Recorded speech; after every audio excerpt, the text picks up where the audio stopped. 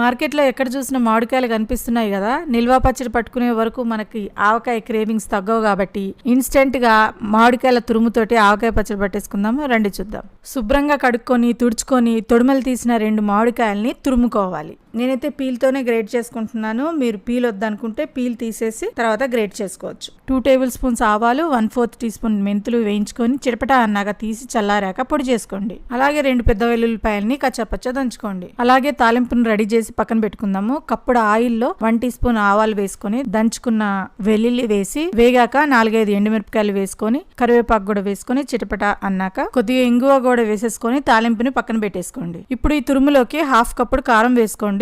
మీరు తీసుకున్న కాయల యొక్క కండను బట్టి కారం ఎంత వేసుకోవాలన్నది ఆధారపడి ఉంటుంది. అలాగే ఆవా మెంతుల పొడి అండ్ 1/4 కప్పు సాల్ట్ మొత్తం ఒకేసారి వేసుకోకుండా కొద్ది కొద్దిగా వేసుకోండి. 1 టీ స్పూన్ పసుపు, ఇవన్నీ బాగా కలుపుకొని తాలింపుని కూడా వేసేసుకోండి. అంతే,